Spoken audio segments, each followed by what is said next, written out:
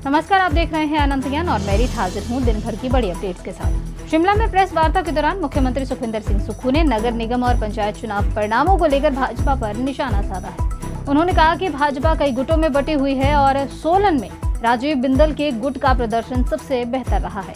CM Sukhu ने भाजपा के चुनावी दावों को भी खारिज करते हुए ये कहा कि नगर निगम चुनाव पूरे प्रदेश का जनादेश नहीं होता, बल्कि इन पर स्थानीय नेतृत्व और मुद्दों का प्रभाव रहता है। उन्होंने कहा कि मंडी में भाजपा की सफलता के पीछे अनिल शर्मा का प्रभाव रहा, जयराम ठाकुर का नहीं, जबकि धर्मशाला में स्थानीय नेतृत्व का असर देखने को मिला।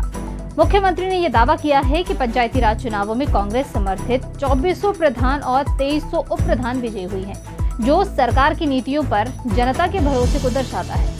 वहीं सीएम सुक्खू ने भाजपा के ऊपर हमला करते हुए ये भी कहा कि भाजपा प्रदेश अध्यक्ष राजीव बिंदल की तारीफ में प्रदेश की राजनीति में नई चर्चाओं को जन्म दे दिया है। हिमाचल प्रदेश के चारों नगर निगमों के चुनाव परिणाम घोषित होने के बाद अब सबकी निगाहें मेयर के पद आरक्षण रोस्टर पर टिकी हुई हैं, लेकिन राज्य सरकार ने अभी तक महापौर पद का आरक्षण रोस्टर जारी नहीं किया है, जिससे राजनीतिक दलों और संभावित दावेदारों में असमंजस की स्थिति भी बनी हुई है।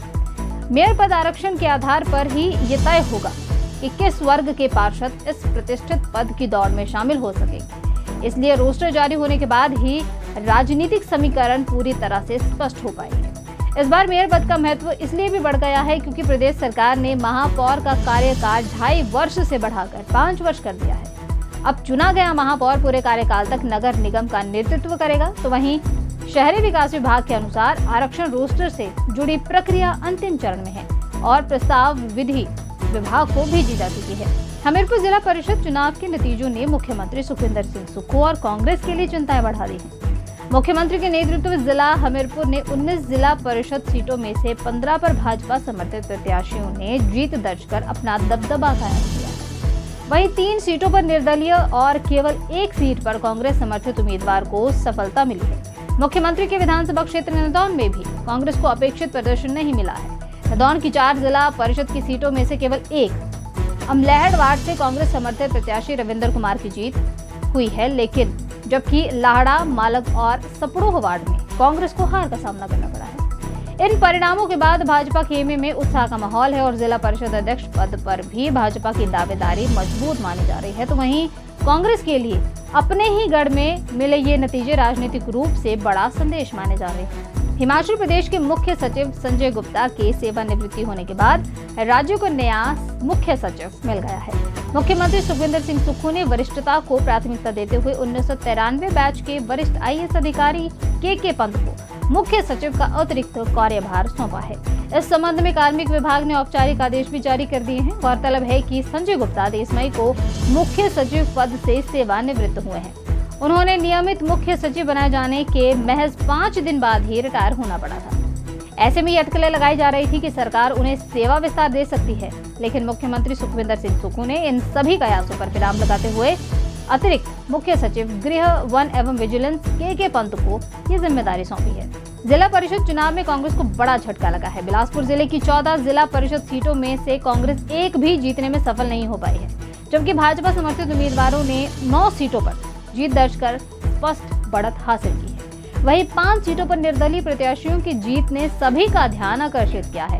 परिणाम घोषित होने के बाद भाजपा जिला अध्यक्ष स्वतंत्र सांख्यान ने सभी विजयी उम्मीदवारों को बधाई देते हुए इसे भाजपा की नीतियों, संगठन की मेहनत और जनता के विश्वास की जीत बताया है। उन्होंने कहा कि जनता ने विकास और सुशासन के पक्ष में अपना जनादेश दिया है।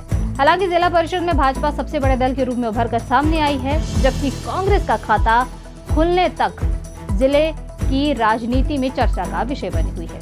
मंडी जिले से एक बेहद संवेदनशील और रोंगटे खड़े कर देने वाला मामला सामने आया है, जहां 14 वर्ष के नाबालिग लड़के पर 15 वर्षीय सगी बहन के साथ जबरन दुष्कर्म करने का संगीन आरोप लगा है। भाई बहन के पवित्र रिश्ते को तार तार कर देने वाले इस खौफनाक वारदात का खुलासा तब हुआ जब तबीयत बिगड़ने पर पीड़िता को अस्पताल ले जाया गया और जांच में उसके गर्भवती होने की पुष्टि हुई है। अस्पताल में इस चौंकाने वाले खुलासे के बाद जब परिजनों ने लड़की से पूछताछ की तो उसने बताया कि पिछले करीब 3-4 महीनों से उसका 14 वर्षीय सगा छोटा भाई घर में उसकी मर्जी के खिलाफ उसके साथ दुष्कर्म करता रहा था। वहीं पुलिस ने पीड़ित की मां की शिकायत पर और मेडिकल रिपोर्ट के आधार पर आरोपी नाबालिग के खिलाफ बीएनएस की धाराओं के तहत और पोक्सो एक्ट के तहत एफआईआर दर्ज कर दी गई है। वहीं एसपी मंडी विनोद कुमार ने कहा है कि पुलिस ने मामला दर्ज कर आगामी कार्रवाई भी शुरू कर दी है। हिमाचल प्रदेश के जिला सिरमौर के गिरिपार क्षेत्र स्थित शिलाई विधानसभा क्षेत्र के गांव मिल्ला के वीर सपूत रविंदर राणा ने विश्व की सबसे ऊंची चोटी माउंट एवरेस्ट फतेह कर प्रदेश और देश का नाम रोशन किया है। रविंदर राणा भारतीय सेना के प्रतिष्ठित 9 पैरा स्पेशल फोर्सेस के सदस्य हैं और वर्तमान में नेशनल सिक्योरिटी गार्ड में अपनी सेवाएं दे रहे हैं। रविंदर राणा एनएसजी की 16 सदस्यीय टीम का हिस्सा थे, जिसने नेपाल की राजधानी काठमांडू से अभियान शुरू कर मात्र 20 दिनों में माउंट एवरेस्ट की चोटी पर पहुंचने का कीर्तिमान स्थापित किया।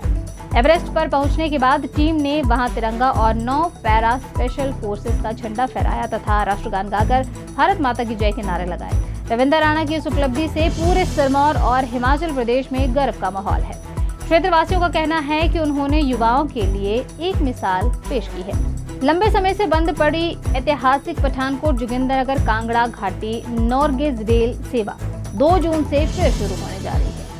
रेलवे ने ट्रैक और सुरक्षा संबंधी सभी तैयारियां पूरी कर ली हैं और जल्द ही संचालन संबंधी आधिकारिक आदेश जारी किए जाएंगे। वर्ष 2023 में आपदा और चक्की नदी पर बने रेलवे पुल बह जाने से रेल सेवा बंद हो गई थी।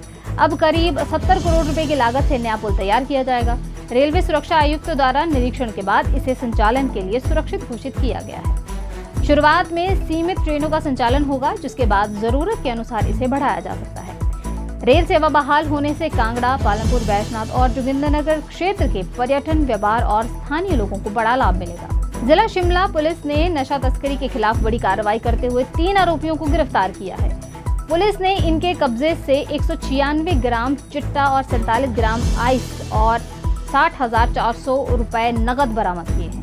29 मई को ढली में छापेमारी के दौरान अवंतिका नेगी 19 वर्षीय, प्रद्युमन ठाकुर 20 वर्षीय को गिरफ्तार कर 65 ग्राम चिट्टा और 20 ग्राम आइस बरामद किए हैं। आरोपियों से पूछताछ में पंजाब के खरड़ से जुड़े तार सामने आए हैं, जिसके बाद पुलिस ने मुख्य सप्लायर समर सिंह और टाइगर 32 वर्षीय उम्र को गिरफ्तार किया है। उसके पास 131 ग्राम चिट्टा, 27 ग्राम आइस और नकदी बरामद हुई है। थली थाना में एनडीपीएस एक्ट के तहत मामला दर्ज कर तीनों आरोपियों को 2 जून तक पुलिस रिमांड के लिए भेज दिया गया है। पुलिस पूरे नेटवर्क की जांच भी कर रही है। हिमाचल प्रदेश में मौसम का मिजाज अगले कुछ दिनों तक खराब बना रह सकता है। मौसम विभाग के अनुसार 6 जून तक प्रदेश भर में बारिश की गतिविधियां जारी रहेंगी। विभाग ने 2 जून से 6 जून तक भारी बारिश की संभावना को देखते हुए येलो अलर्ट जारी किया है। इस दौरान प्रदेश के कई क्षेत्रों में हल्की से मध्यम बारिश होने की संभावना है, जबकि कुछ स्थानों पर भारी बारिश भी दर्ज की जा सकती है। मौसम विभाग ने इस दौरान गरज बिजली और 30 से 40 किलोमीटर प्रति घंटे की रफ्तार से तेज हवाएं चलने का भी अलर्ट जारी किया है। तो ये थी आज दिन भर की तमाम बड़ी अपडेट्स। बाकी की जानकारी के लिए अपन ज्ञान के यूट्यूब और फेसबुक को जरूर सब्सक्राइब करें।